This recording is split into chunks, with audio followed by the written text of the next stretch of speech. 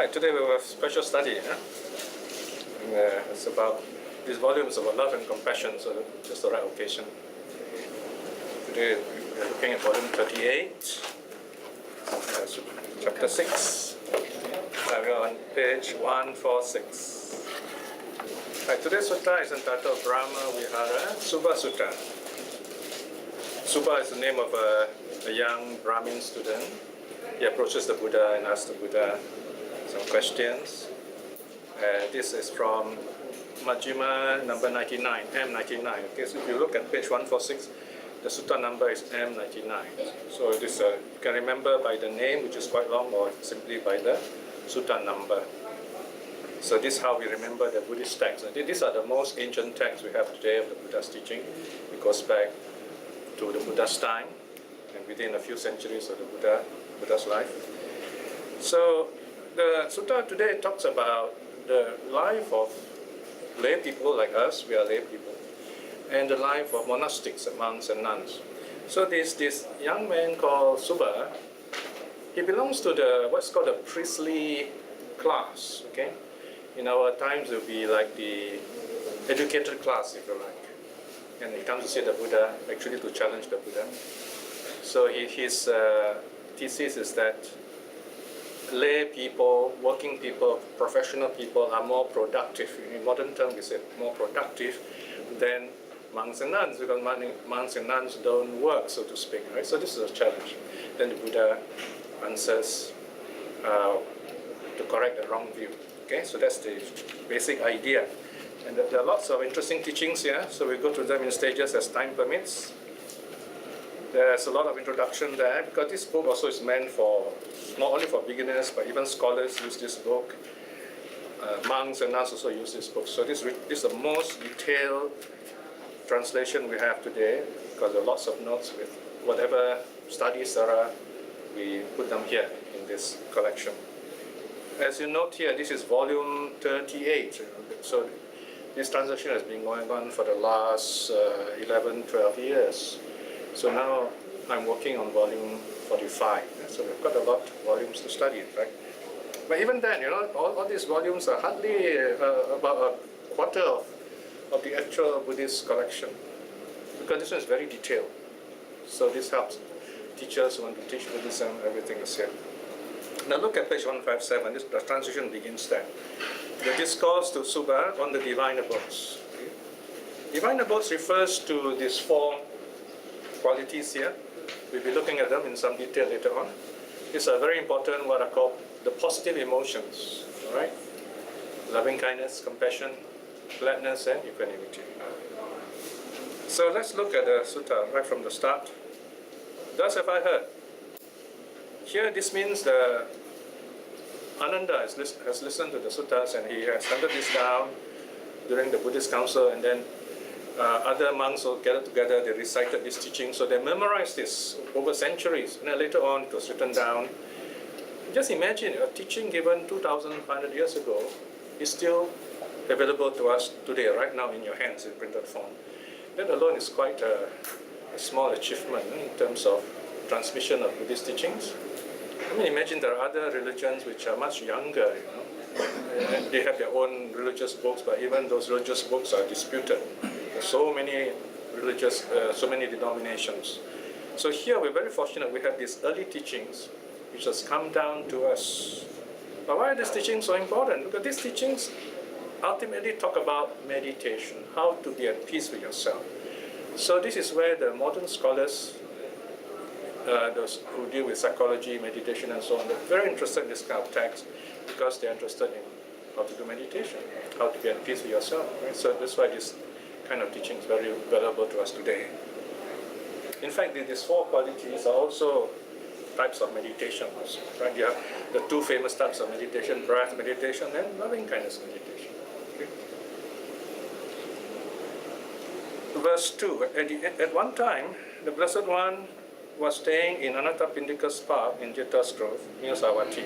So this is just telling you where the Buddha was at the time, one of the monasteries.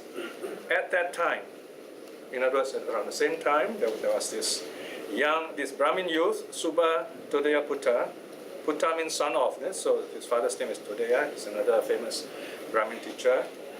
His name is Subha. Subha means something like bright light. Okay?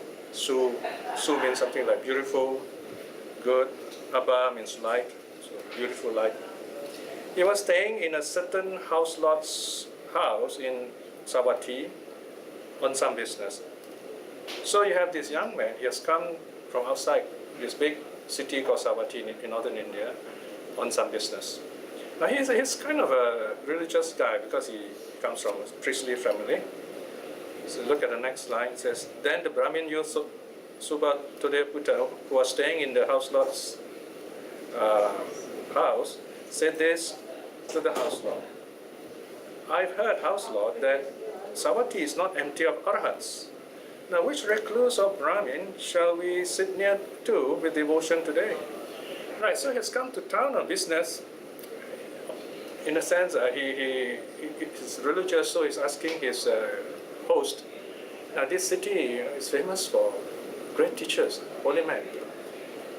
Can you suggest to me someone whom should I meet today? Who's the best person to meet? Okay. So the host says, obviously he says, well, there's the Buddha. Why are you going to meet him? He's in town, so to speak. So this Subha probably never met the Buddha before. This is probably the first time. There are at least 3 records, 3 suttas or 3 discourses telling us, recording this conversation between Subha and the Buddha. Okay. Now he's not a Buddhist yet. He is, in fact, you might say the opposite camp, if you like. But in Buddha's time, they're very open. They kind of meet each other, discuss important topics like meaning of life, what you call peace of mind, things like that. So he's very new, so he's going to see the Buddha, right? So then you come to verse 3. He meets the Buddha, exchanges greetings with each other. So you notice there's this very friendly, cordial kind of relationship, even though they're of different faiths, if you like. Because Brahmanism also is it's an ancient faith in India. Buddhism is also another religion at the time. Now look at the next line. Sitting thus at one side, the Brahmin youth Subha Todeyya Putta said this to the Blessed One. Master Gautama, the Brahmins say this. Okay, the Brahmins are the priests, okay? Those belonging to the priest class in ancient India. It is the householder. Householder means people who have houses. They're kind of lay people who are well-to-do, who is accomplished in the right way, that is the wholesome Dharma. Dharma here means way of life or conduct. The renunciant. Renunciant means what you call someone who is left home. Today we say left home person, like a monk or nun. The renunciant is not accomplished in the right way, that is the wholesome Dharma. What does the good Gautama say here? Okay, Gautama is the Buddha's name. So that's the question, all right? This young man tells the Buddha, you know, we are working people, right? We work, we earn money, we are productive. But monks and nuns don't work, so you're not productive. So what's your comment on that? Right? So this is the opening question, right? Okay, now the Buddha replies. Look at the next page, 4.2. In this matter, young Brahmin, I'm one who speaks on account of analysis. I'm not one who speaks one-sidedly. So at once the Buddha, first of all, tells this young man, if we do talk, there are certain rules we must follow, okay? In this case, the Buddha says, I have an analytical approach.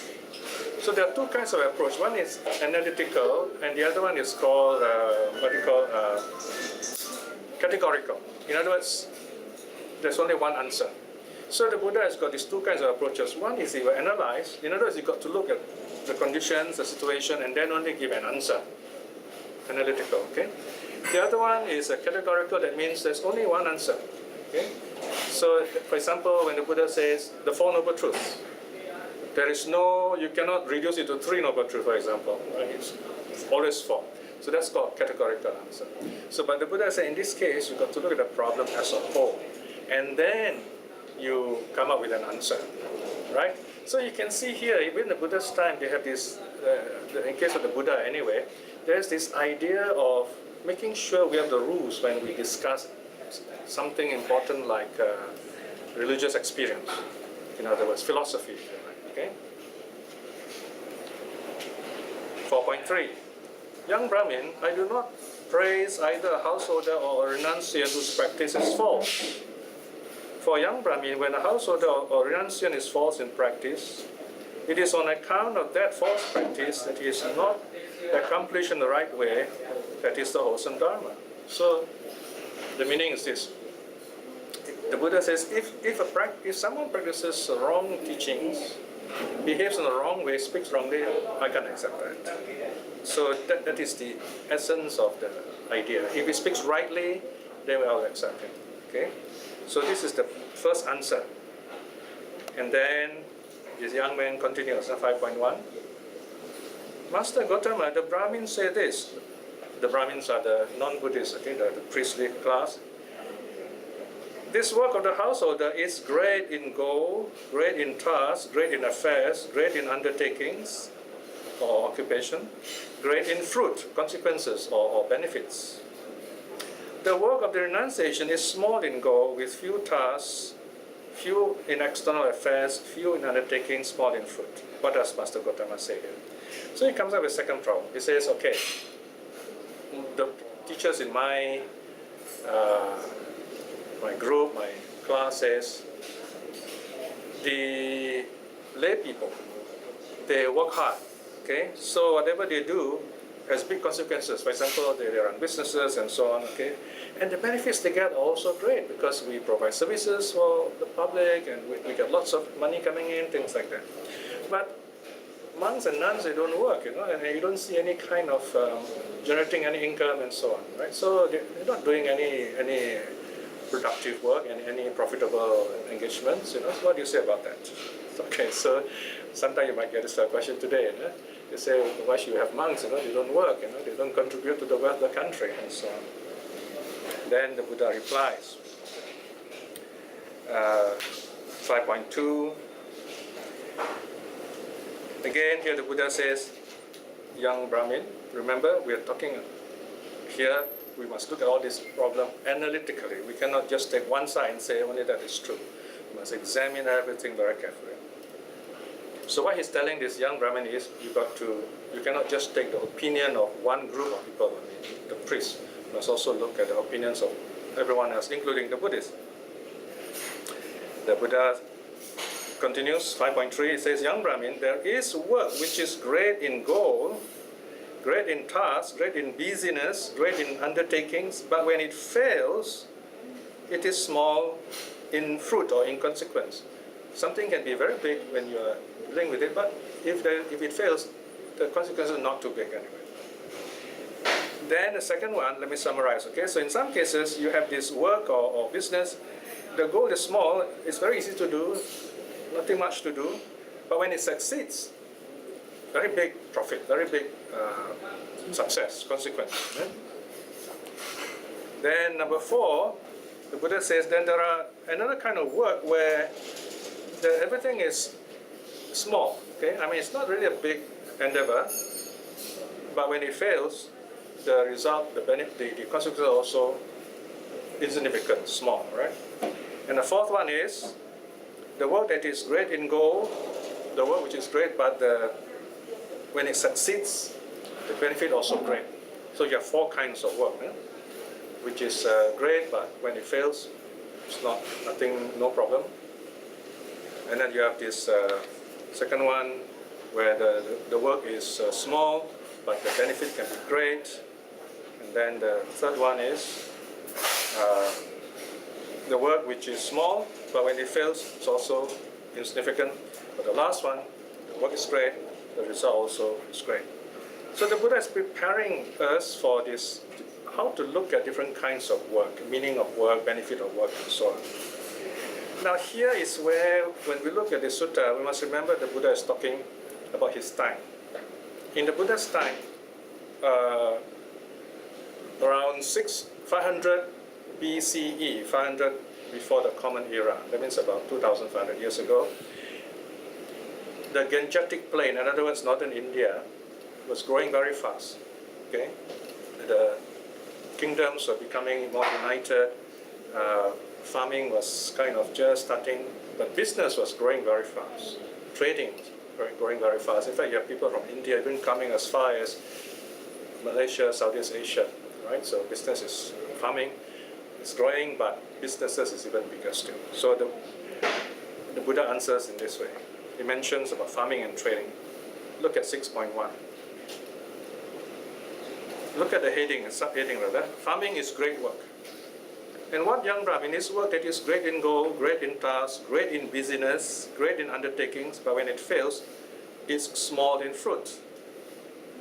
Farming, indeed, young Brahmin, is the example here. So what the Buddha is saying is, if you look at farming, there's a lot of work to do when you farm. You have to prepare the land, plant, harvest, and so on. But when it does fail, it only affects the person doing it. It doesn't affect other people very much, because there are other farmers also working. So this is the meaning here, right? So, but farming, when it does succeed, then the benefits are great, right? The farmer becomes rich and people get food to eat also. Then, but trading is small work, meaning if someone's a trader, you don't really have to put much effort, you just order things, get things together, and then maybe you sail a bit somewhere, bring your things from overseas, right? So there's not much effort there, but the benefit, when it fails, again, the consequences are quite small, not much problem, at least in the Buddha's time, okay? But trading, look at the number 4, when it does succeed, the businessman benefits in a great way, okay? So he's talking about different kinds of worldly business here. So this is farming. Then 7.1 is householders' work, right? So here again, it says here, farming,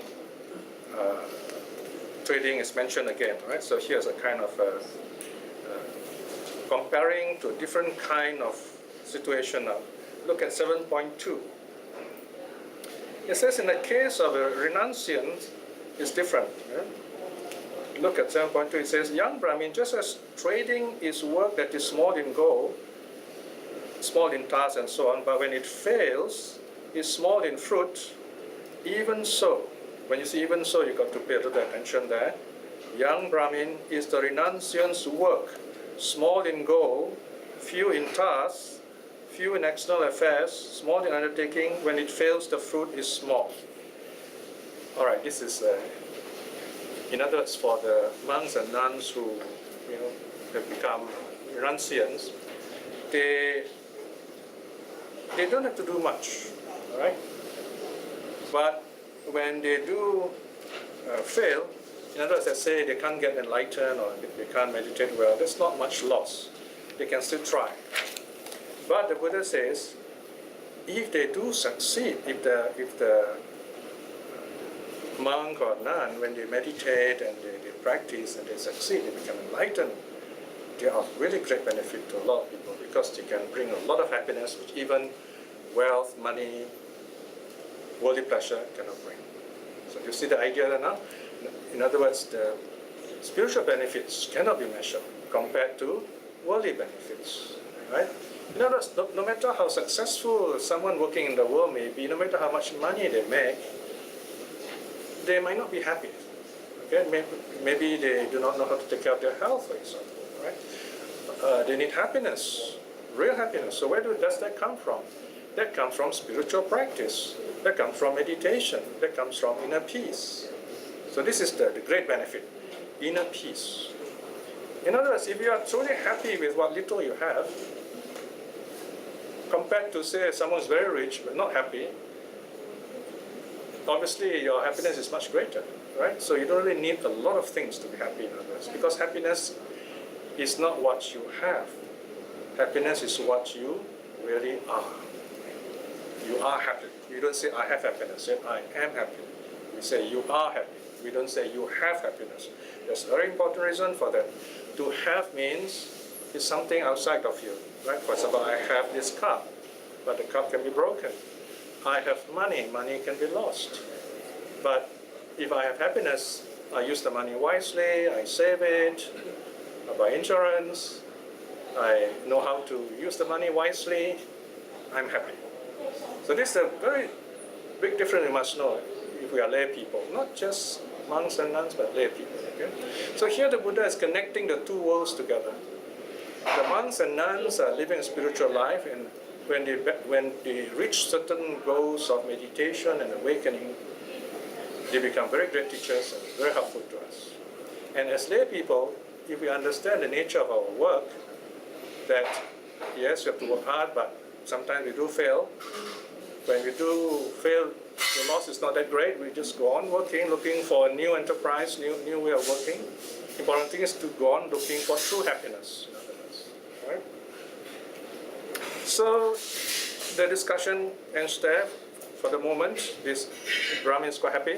So he comes up with a new statement, number 8. He says, Master Gautama, the Brahmins lay out 5 qualities for making merit, for accomplishing the wholesome. So he says, our priests, they talk about 5 qualities which are useful to make us truly good people. So what are they? Look at 9.1. It says number 1 is truth. Master Gautama is the first quality laid out by the Brahmins and so on. And number 2 is austerity. Austerity, that means religious practice. Keeping some kind of strict rules. This is not the Buddhist teaching, it's according to the Brahmins. Celibacy, this means for the priests, they don't get married, they don't have a family. Especially the young priests who are under training, so they practice celibacy. Today, the word we use is a bachelor, okay? Now, this word bachelor, by the way, came from the monastic system, because those early centuries, before university system, students have to go to the monastery to study, and they can't get married. So this is the word, okay? Brahmachari. They are celibates. So they are bachelors, so they are bachelors of art and so on. But doctors are those who study doctrines on a higher level, right? And then you have the professors, because they profess certain faiths, certain teachings. So you have all these different terms which came from monastery. But today, we often forget the meanings of this. All right, so after that you have study. This is the 4th quality which the Brahmins look up to. Now the Pali word is ajena. Ajena actually means recitation. Now this gives us a clue on how the ancient Brahmins and Buddhists also study. They study by reciting. They don't have books. They don't use books those days. They memorize or recite. Very much like ancient China. Very much like ancient China. Okay? So you can translate study, reciting. And the 5th one is charity. Charity, chaga. So there are 5 qualities, not like 5 precepts.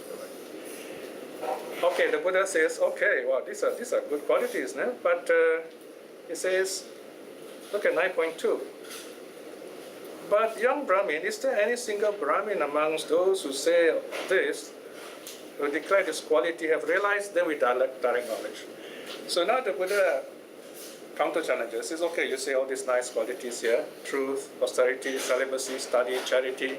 Have any of your teacher, have you or any of your teacher before you, realize, understand all these things directly, personal realization, direct experience that all these are true? Then this young man thought about it, says, oh dear, he couldn't remember anyone of his teacher who have experienced all these things directly, up to the 7 generations in the past. You see, here the Buddha is saying something like, you talk about peace, okay, have you experienced peace before? Or something like that. So this is how we come to meditation, because for Buddhists, we meditate, or many of us try to meditate. So when you meditate, you experience peace directly. So that's the Buddhist practice. Studying like this is just like to, give you an idea what the Buddha has taught us, so that we carry on from here to build our lives more meaningfully as Buddhists, right? So if you do not experience meditation directly, you won't know inner peace. Maybe you have to wait until you have a problem. You may or may not get help then. So, but if you learn early how to meditate, how to sit peacefully, just be at peace with yourself, you find you're happier. In fact, today you find I have even people from families, husband and wife, they'll come, they learn meditation. Somewhere they bring their children along, they also meditate. So you find a family that meditates together stays together. Okay, so this idea of experience directly, inner peace, is very important. Okay? So in other words, peace doesn't come to us automatically. We must create the conditions for it. We must prepare ourselves for it. We must, at least some part of our lives should be peaceful. Now notice when you come here to such a place like this, there's a sense of peace here. And then tomorrow we go back to work, to our so-called normal daily life. And normal means lots of problems, lots of stress, and so on, right? And we wait for the weekend, see? The weekend we do something else, and we come back tired again, So you find after a while, you say, well, I really need a break, This word break is very interesting, Sometimes you say break means already broken, Break also means rest, so it's a double meaning here. So this is where you find, in our meditation center, we get people from cross-section of Singapore, from the very top to the very bottom coming for meditation, because everybody feels stressed. Some of the more important people, of course, they don't come to our center. They ask me to go to their houses to teach them. We all need to kind of, get rid of our stress, to be happy. And this is what Buddhism has to offer, in other words. Direct experience of peace and happiness. So the Buddha asked this young man, says, none of my teachers have experienced this for 7 generations, 9.3.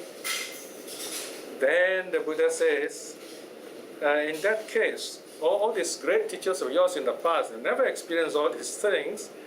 And look at what the Buddha says here.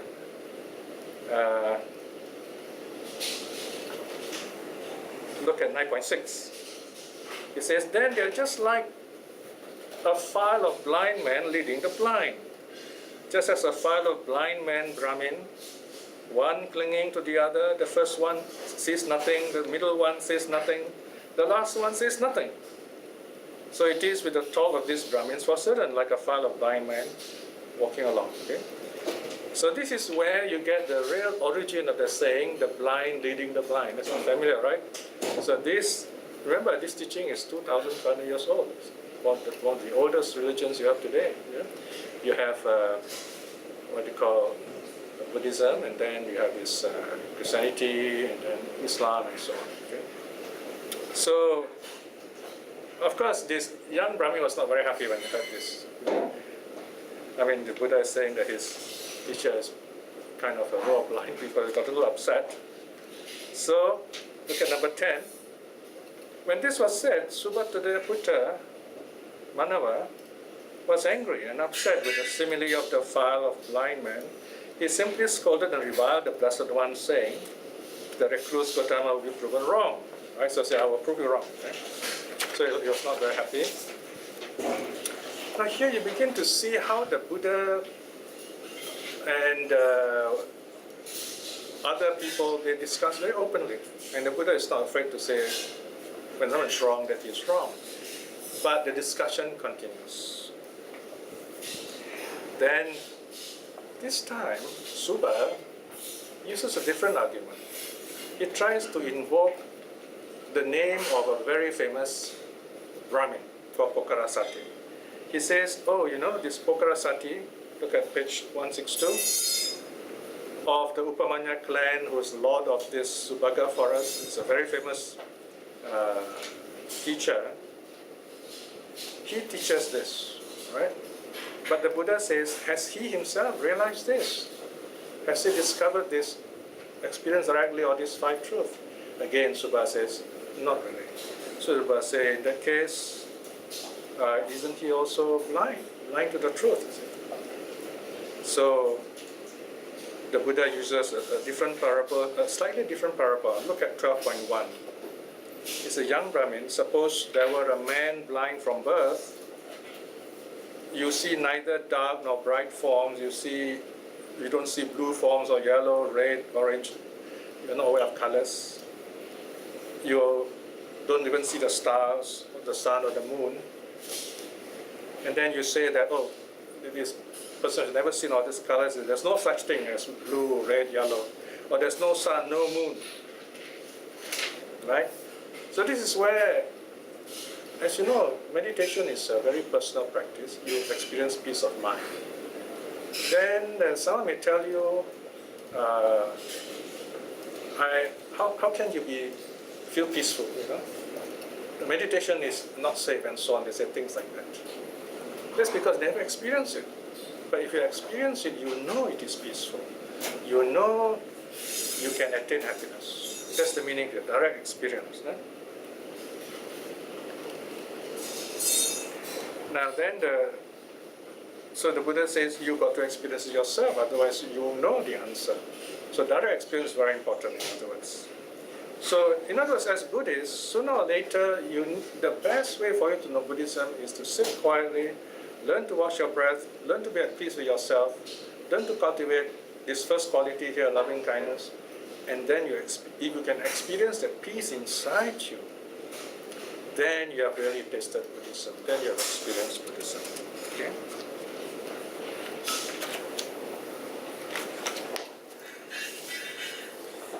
Then the Buddha talks about right speech. Its importance is that whatever we say should be correct and true, otherwise it's not helpful. Okay? So this goes without saying. And whatever we say must be connected with what is good and true. Right? So this, Subha also agrees. So this time the Buddha brings, since it's ready, the Buddha brings the level of teaching a little higher. It's about the mind this time. In other words, what are the things that prevent our minds from becoming more focused? There are 5 things here. The 5 mental hindrances. Look at 15.1. These are the 5 things that prevent our minds from being focused.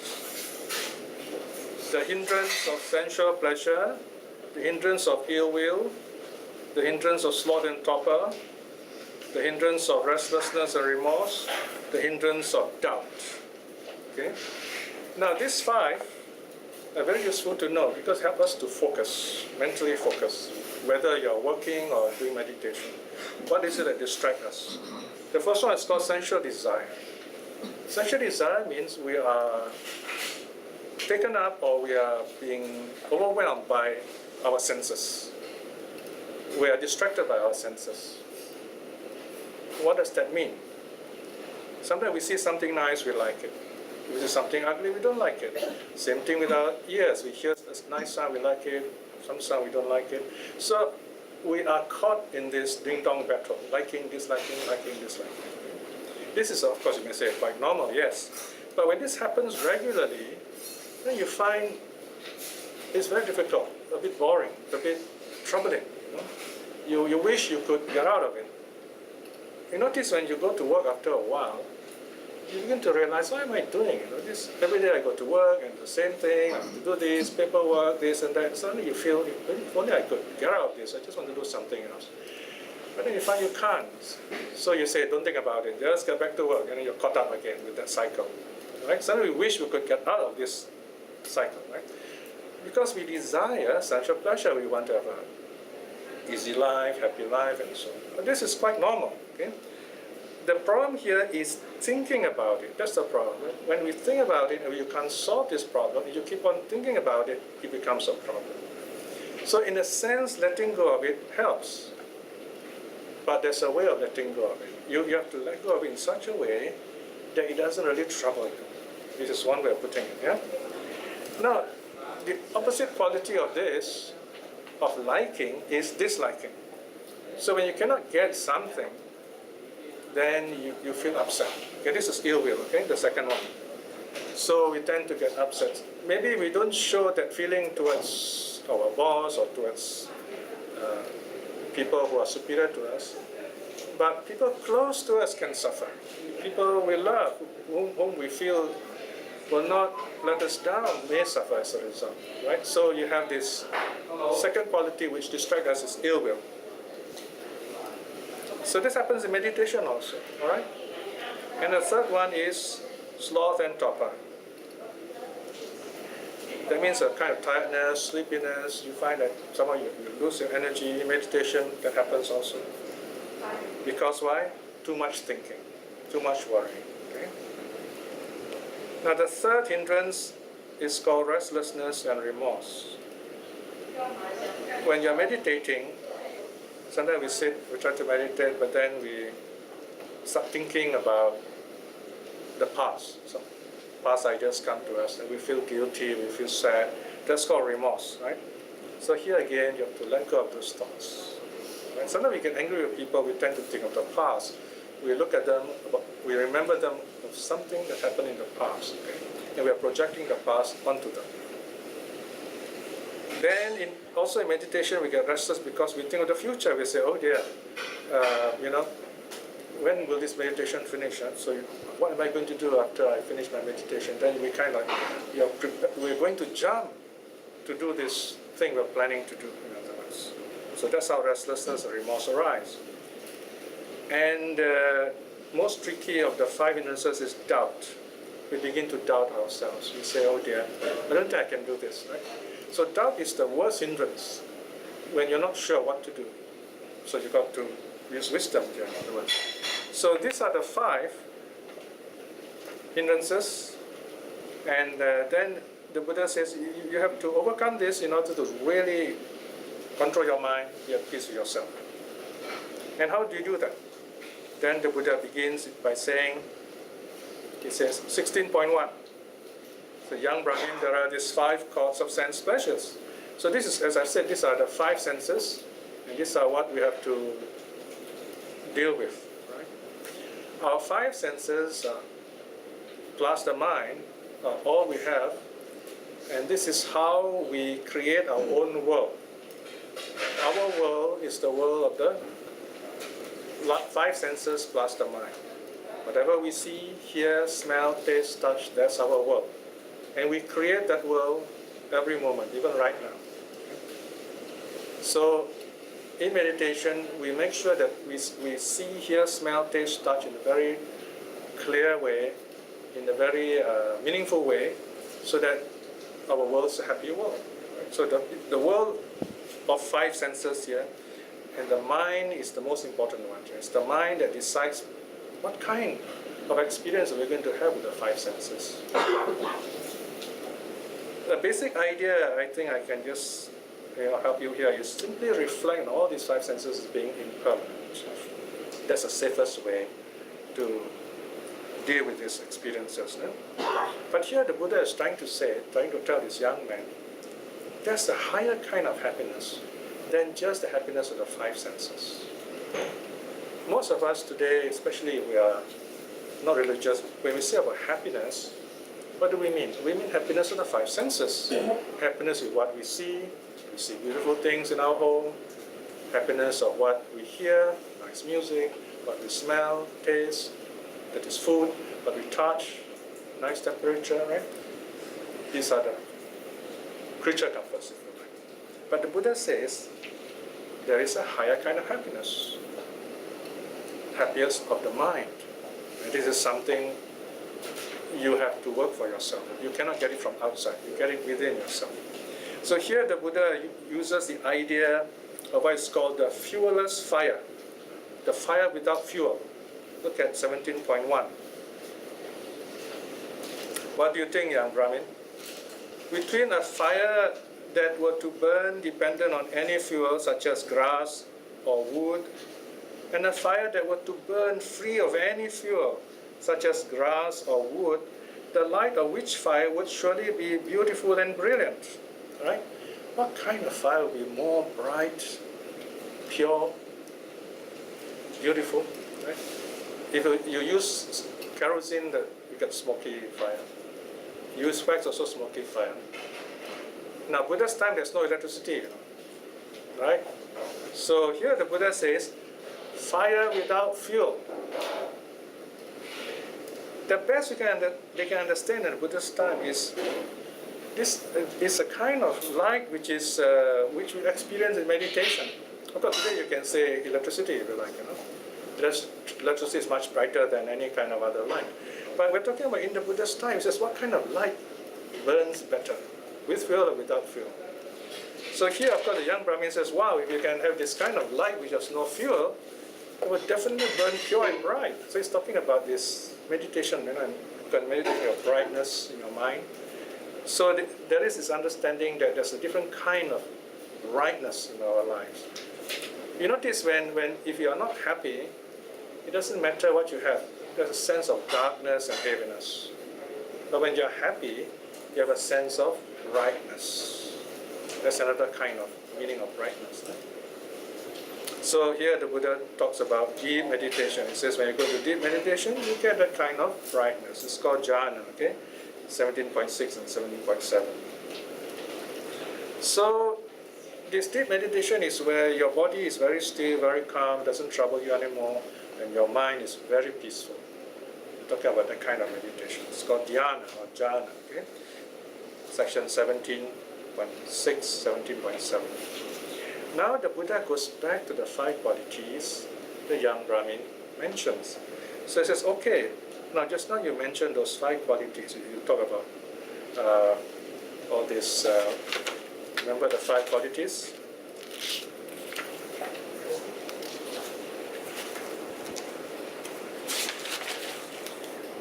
Truth, austerity, celibacy, study, and charity. He says, which of these is you think the most important?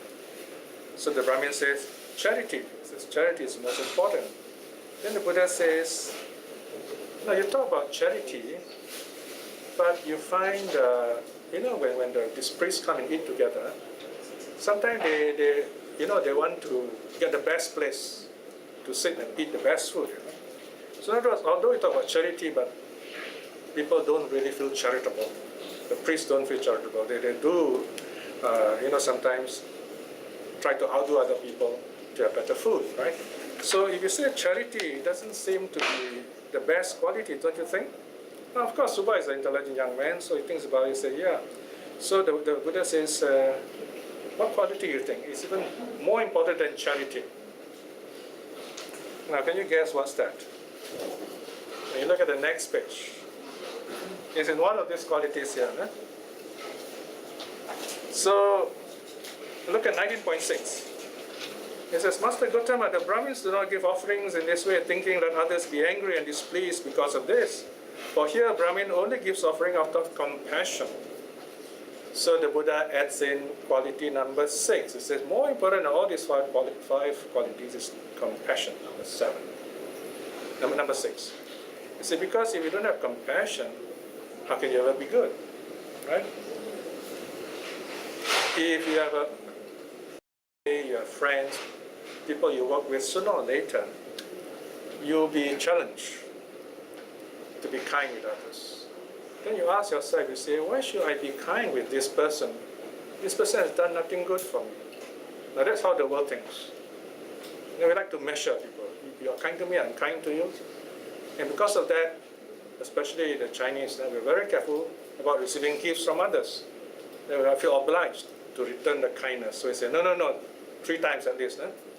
And after that, yeah, we accept it. Meaning, look, actually I was very reluctant, I'm accepting it, so don't think too much about it, right? Something like that. So we're very political about gifts, That's because we do not want to have to return the kindness to others. We don't want to feel obliged.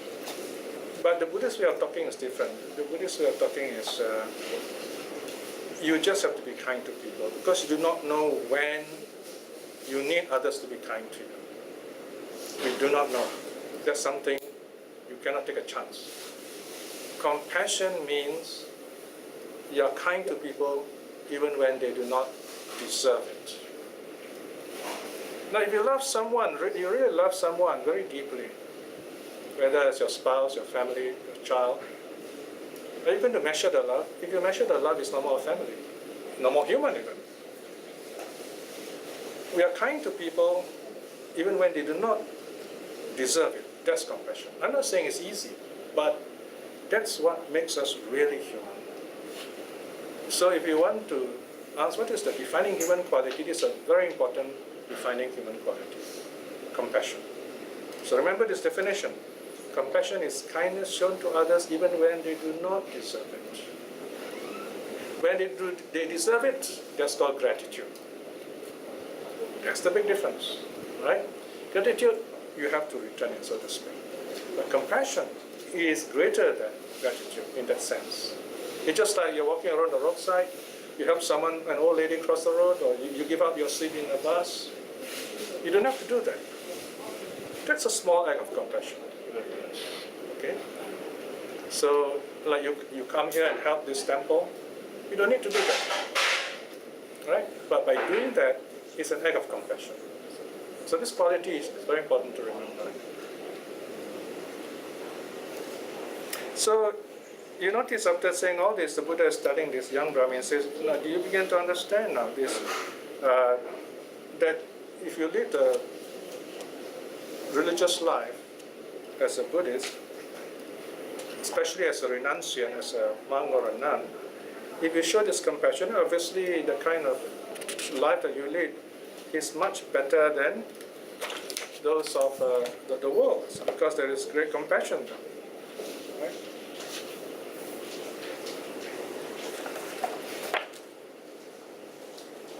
Then so the Buddha says, if you are dedicated to compassion, then you will be able to get peace with yourself. This is support for your mind, and because of that, you're happy, you're at peace with yourself, you're better in telling the truth. Okay, this is section 21. Okay, I'm kind of summarizing some of these elaborate points. Now, at this point, this young Brahmin is wondering whether the Buddha knows everything. So how did the Buddha know all these things? That's section 22. So the Subha says, how do you know all these things? Have you experienced all these things yourself? The Buddha says, yes, of course. I know all these things just like someone who lives in a village and knows the ways very well. So I know this teaching myself because I've realized it myself. In fact, I know exactly how to go to the Brahma world. Now he's using a term which the young Brahmin is familiar with. He's telling the Brahmin, your belief is what? When you die, you go to heaven, you go to this place called Brahma. Brahma is today what we call God. Okay? So the Buddha says, I know how to do that. I can teach you a meditation where you can get enlightened. So this young Brahmin, of course, is very curious. He's very interested. How do I do this? Now here what the Buddha is doing, okay, let me put it in a modern way. It's like you meet someone who believes in God, can be any religion, and this person is kind of uncertain. So let's say he's looking for answers in life. Then he comes to you and says, I believe in this God idea, so I don't know how can I ever be a Buddhist. So you as a Buddhist teacher, you know this sutta, so you tell this person, no problem. I can teach you a meditation where you can totally experience God. Right? So you notice the Buddha is using what's called a bridging language. He doesn't say you can see God. He doesn't say God will save you. No, he says you can experience God. Or we can say godliness if you like. Now this is where you remember this famous story in Indonesia during the times of Karno, when the government was afraid that the communists will infiltrate the country, so he made a rule, a law. All religions must believe in a God, capital G God, And here that puts the Buddhism with a big problem, because we don't have that kind of belief. So one monk says, oh yeah, we do have a God idea. It's called Adi Buddha. I don't think any of you here has heard of Adi Buddha. It's one of those very obscure belief, which is not Buddhistic, that there is a first Buddha. From this Buddha comes other Buddhas. We never heard of that kind of idea, right? But another group who are more familiar with the early Buddhism, they came up with a brilliant answer. They say, oh, okay, we don't subscribe to the idea of Tuhan or God, but we do have a teaching called Ketuhanan. I don't know if you know Malay or not. Ketuhanan, godliness. Ketuhanan is this Brahma vihara, godliness. So this is what the Buddha is trying to tell his young man. I can teach you to experience what all these people are talking about, the God idea. In other words, the Buddha is saying that God, you see, when you talk about God idea, who is God? Okay, God is compassionate, He's loving, He's kind, right? He's at peace with Himself. Those are the qualities we should cultivate. If you can cultivate those qualities, it's better than worshipping God. That's a fantastic idea, right? So the Buddhists in Indonesia came up with this idea, they're using it even today.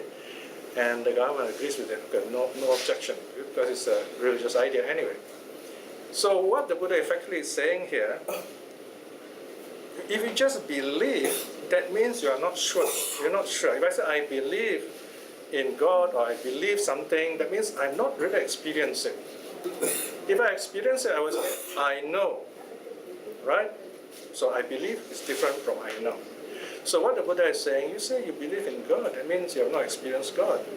If you say you meditate on the 4 Brahma viharas, oh, I know godliness. That's the big difference. So basically what the Buddha says, cultivate the qualities of God inside you. Don't worship God. Worshipping, no point. So you can transfer this idea to a very popular Chinese idea, Kuan Yin, for example. You know, there is a meditation on Kuan Yin, where this person meditates, and then this person visualizes Kuan Yin, and then this person starts imagining he or she is Kuan Yin, full of compassion, and it comes out of the meditation, and then becomes normal again, right? So imagine that there is Kuan Yin in the heart, for example. So if he gets very angry, he says, oh, I should not be angry because Kuan Yin doesn't get angry. So that helps a lot, you see. I should not hurt people because Kuan Yin doesn't hurt people. So this is one kind of meditation where you use this image of Kuan Yin. Okay? So this person will say, yes, I have experienced the quality of Kuan Yin. Now here, of course, you don't say, I am Kuan Yin. So you say, I have experienced compassion. Okay? So this is what the Buddha is trying to say. When you experience these qualities, you'll be truly good and happy. You don't say, I believe in Kuan Yin, but your behavior doesn't reflect that. Right? You don't say, I believe in compassion.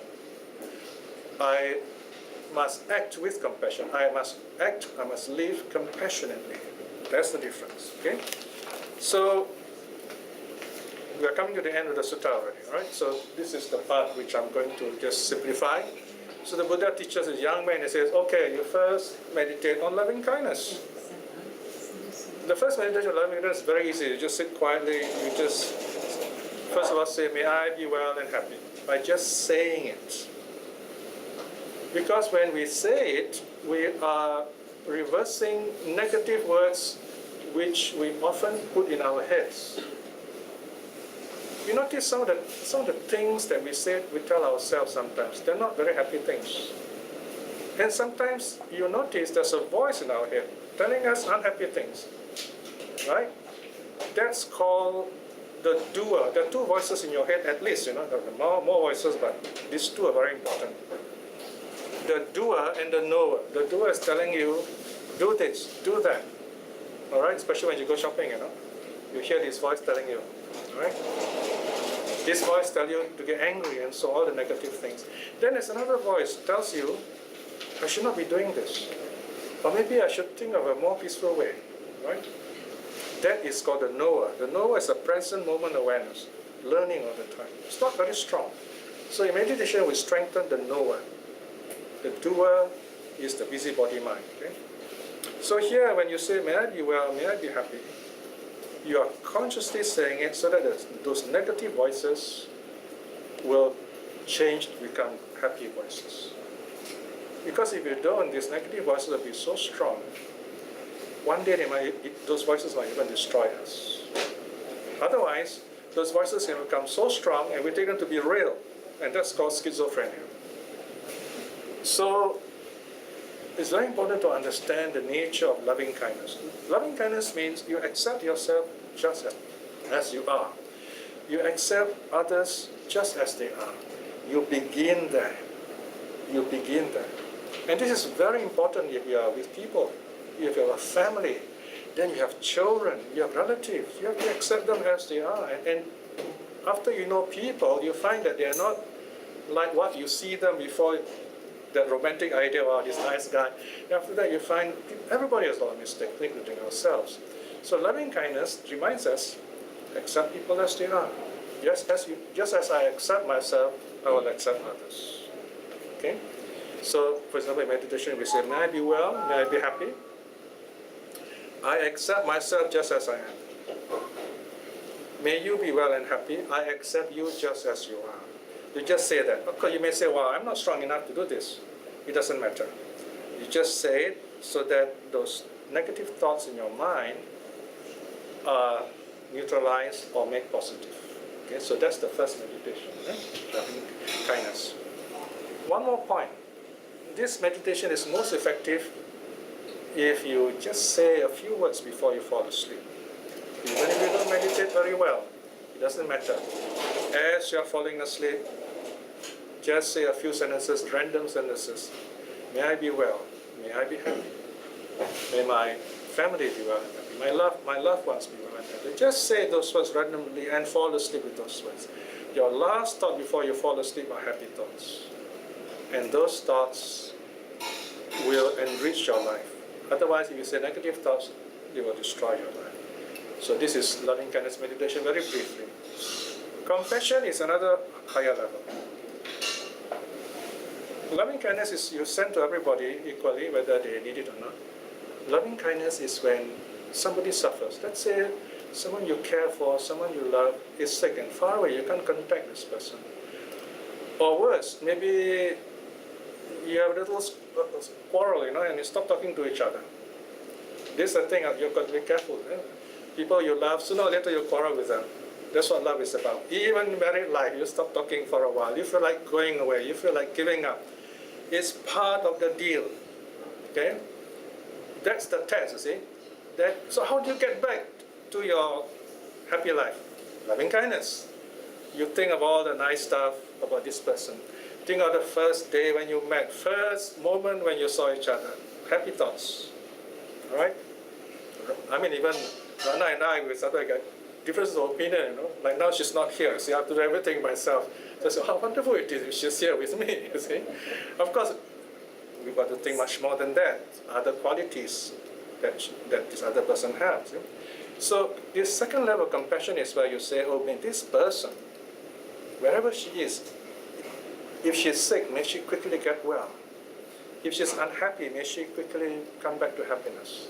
That's compassion. We'll talk a lot about it just now, right? It's a thought, okay? Sometimes you can think of a situation which is full of suffering somewhere in the world. You think of the situation and say, may these people come out of their suffering. And that's a very powerful thought. When you do that, you are clearing away negative thoughts in your heart. Compassion. Mudita is gladness. Not everybody is suffering, right? Sometimes other people are better than you.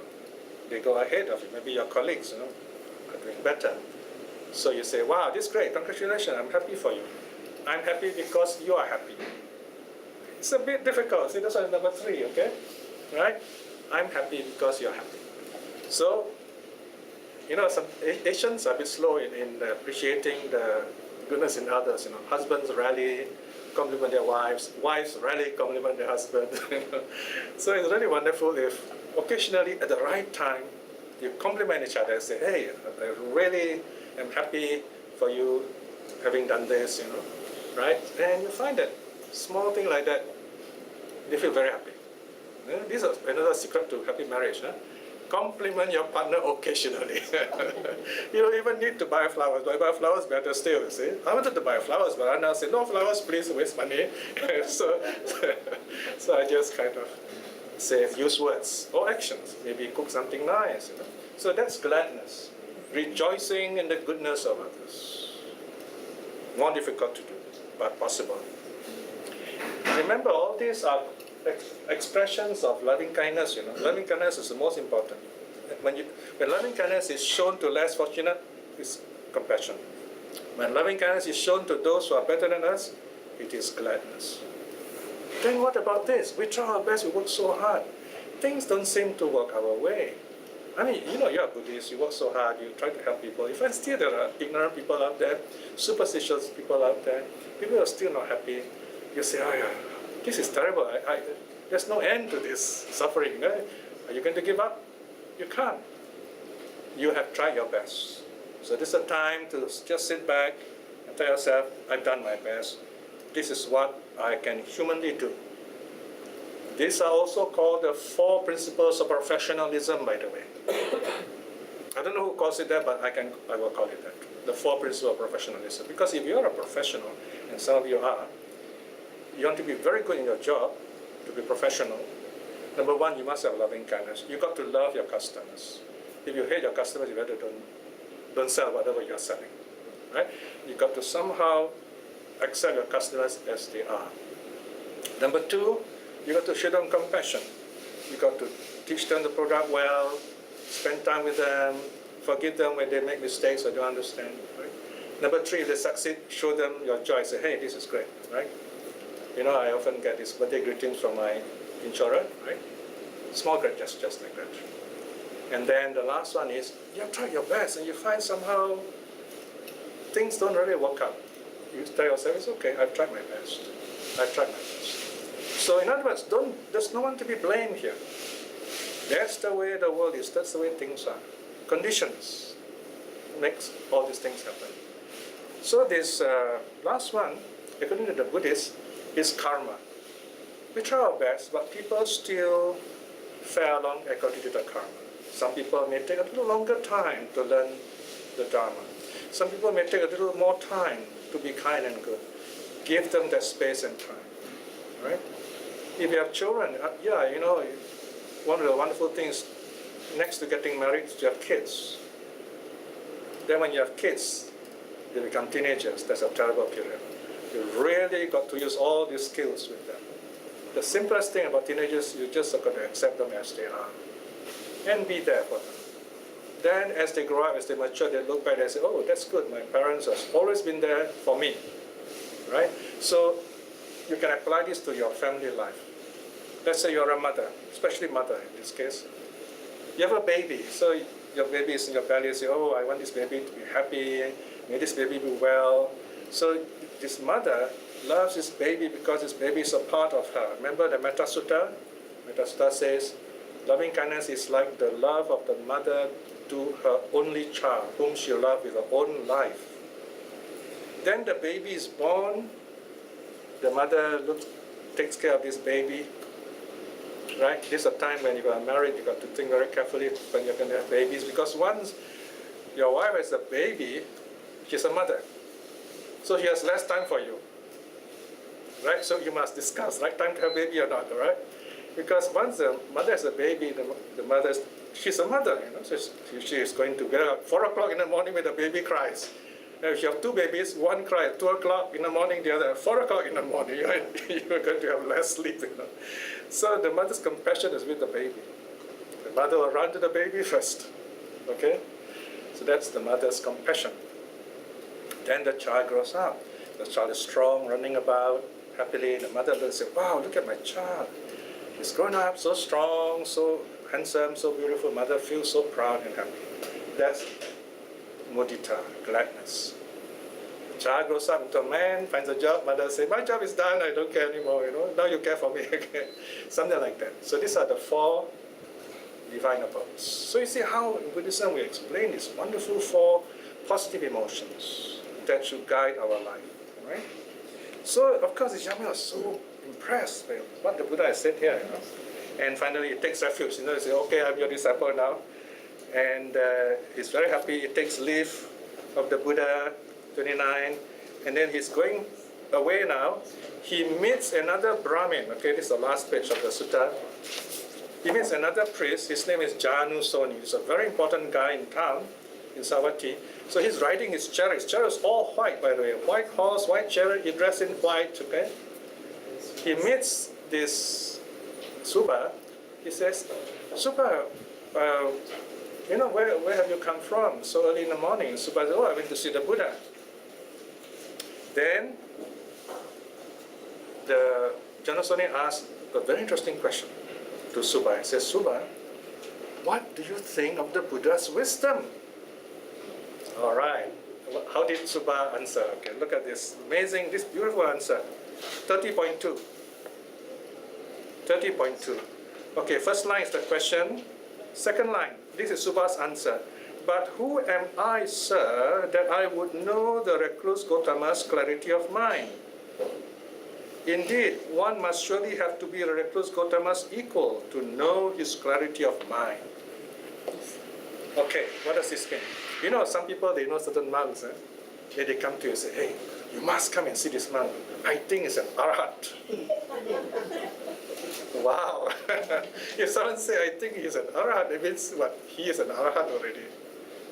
Because you see, if I have not studied PhD, can I say you have a PhD level? I can't, because I'm not qualified to say that. See what I mean? So here Subha is very humble. He says, who am I to say the Buddha is compassionate like that? If I say that, that means my wisdom must be equal to his. The only I am qualified to say he's like that. So I can't say it. I can't say it. Maybe you should get people who are really qualified to say such thing. And this is a very important lesson how we praise people. We praise young people, things we know, yeah, our children, yeah, we can praise. But teachers, we don't praise. Yeah, teachers we respect, okay? We don't praise, we practice their teaching. Again and again, the Buddha says the best way for you to worship me, don't worship me, practice my teachings. The highest worship is for you to practice the teaching. That's called supreme worship, parama puja. Okay? And then, finally, this even Janusoni is very impressed. So he says, wow, this is really wonderful. The presence of the Buddha here is really a great benefit for this country, for this kingdom. Okay? So in another story, Janusoni, he's a very religious person. He comes up from his chair and he bows down in the direction of the Buddha and says, Namo Tassa 3 times. He's so happy. But here he says, this city, Savatthi, is very fortunate to have the Buddha. And the teaching finally ends there, right? So, there you are. Any questions?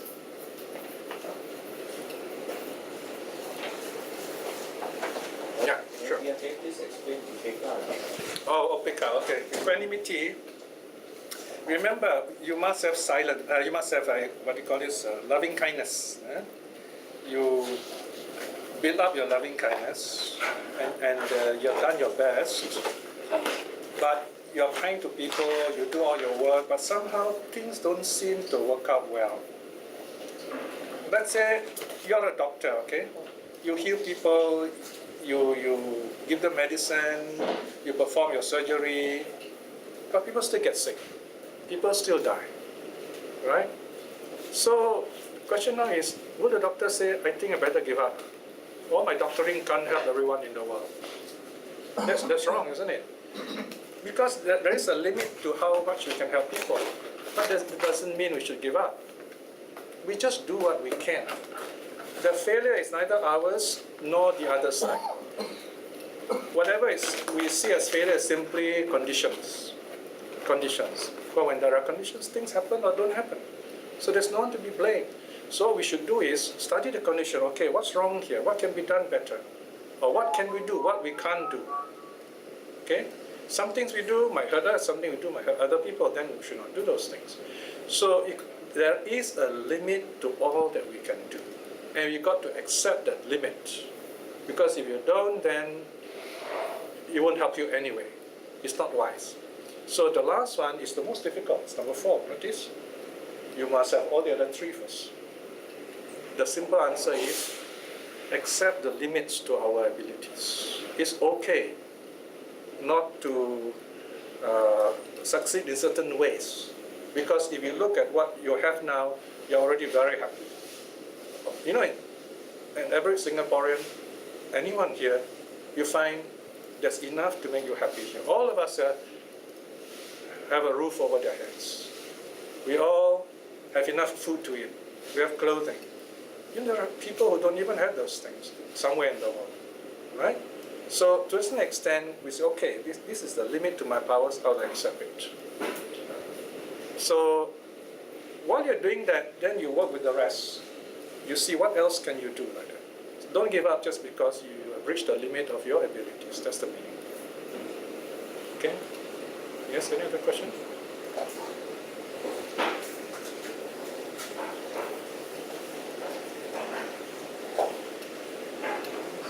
We've got 9 minutes more, then we'll finish off. 9 minutes. Just nice.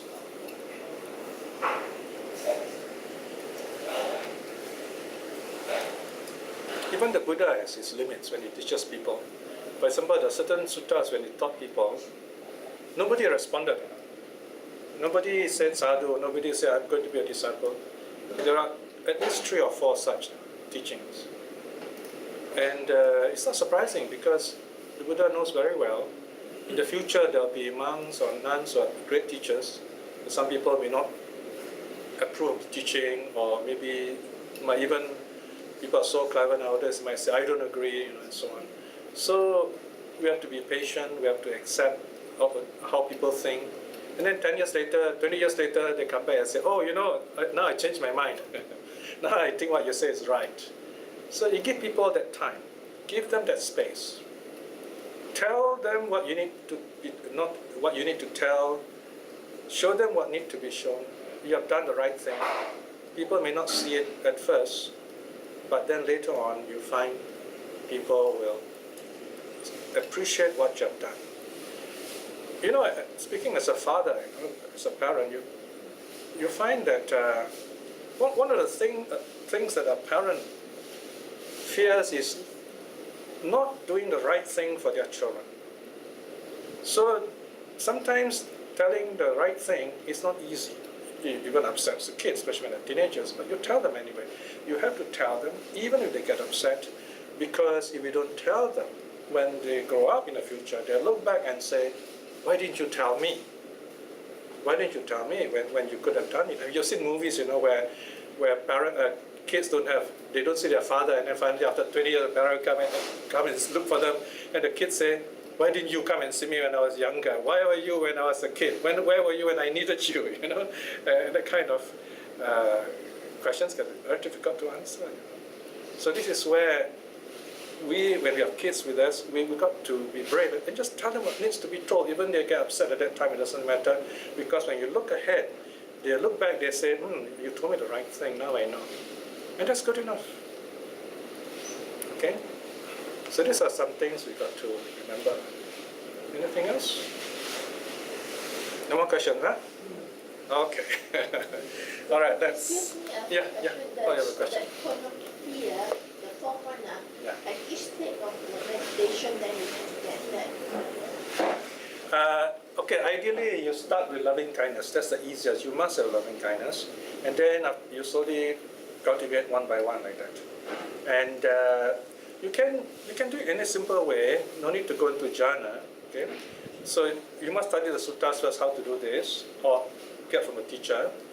And then you tell yourself, when the moment arises, what you should do. You remind yourself. Like I said, you have done all your best, and still things don't work out. So practice equanimity. Equanimity is not don't care, Some people misinterpret. They say, oh, don't care, watch out. Not at all, not at all. It means you have done your best. Don't be disappointed with it. Yeah, you feel a little disappointed inside. It's okay, just let go of the feeling. In other words, you take a step back and say, what can I do? The other things, how can I strengthen more? So don't give up, right? I mean, it's just like, again here, let's say we have children, you try your best to do things for them, but they don't listen, they have their own ways. So, okay, give them the chance, let them do things for themselves, let them make their mistakes, but you are always there to help them when they need your help. That's equanimity. I'm not saying it's easy, this was number 4. So calm your mind, think happy thoughts, just let things happen around. That's how children grow, how people you love grow, other people grow. Even in counseling also, we give space to others, let them do what you think is right for a while. Okay? My husband would say, you can suggest, don't insist. Well, something like that, yeah. You don't insist to have your Yeah, way. sometimes there can be a wise statement. Okay, anything else? Ready, finish, huh? Okay, let us wait, I just want to be sure, the wedding couple, Eng Shuwei, okay? What's your wife's name? Christina Hanem, correct, Okay, that's great. Okay, let us just come ourselves at this very wonderful moment in this study. We come to this very grand and awaited conclusion, very spiritual time. We have studied suttas, we have put in our time and patience to listen to the Buddha's teaching. At this moment, we are enjoying such a kind of peace that's not easy to find out there.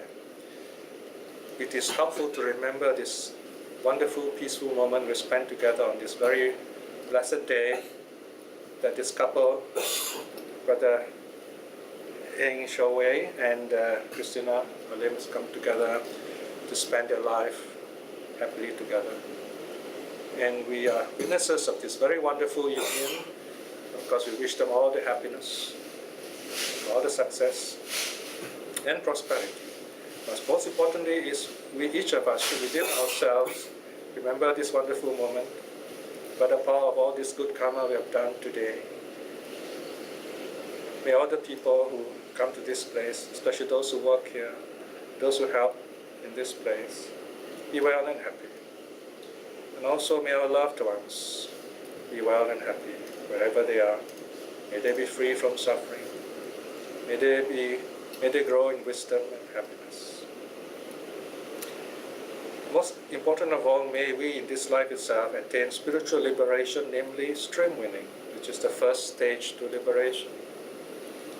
In this moment of peace also, let us send out our loving kindness to all the other beings, those inhabiting this place, and also to those who are untouched by the Dharma, that their minds and hearts may open up and they find true happiness through the Buddha Dharma. May all beings be well and happy. Sadhu, sadhu, sadhu.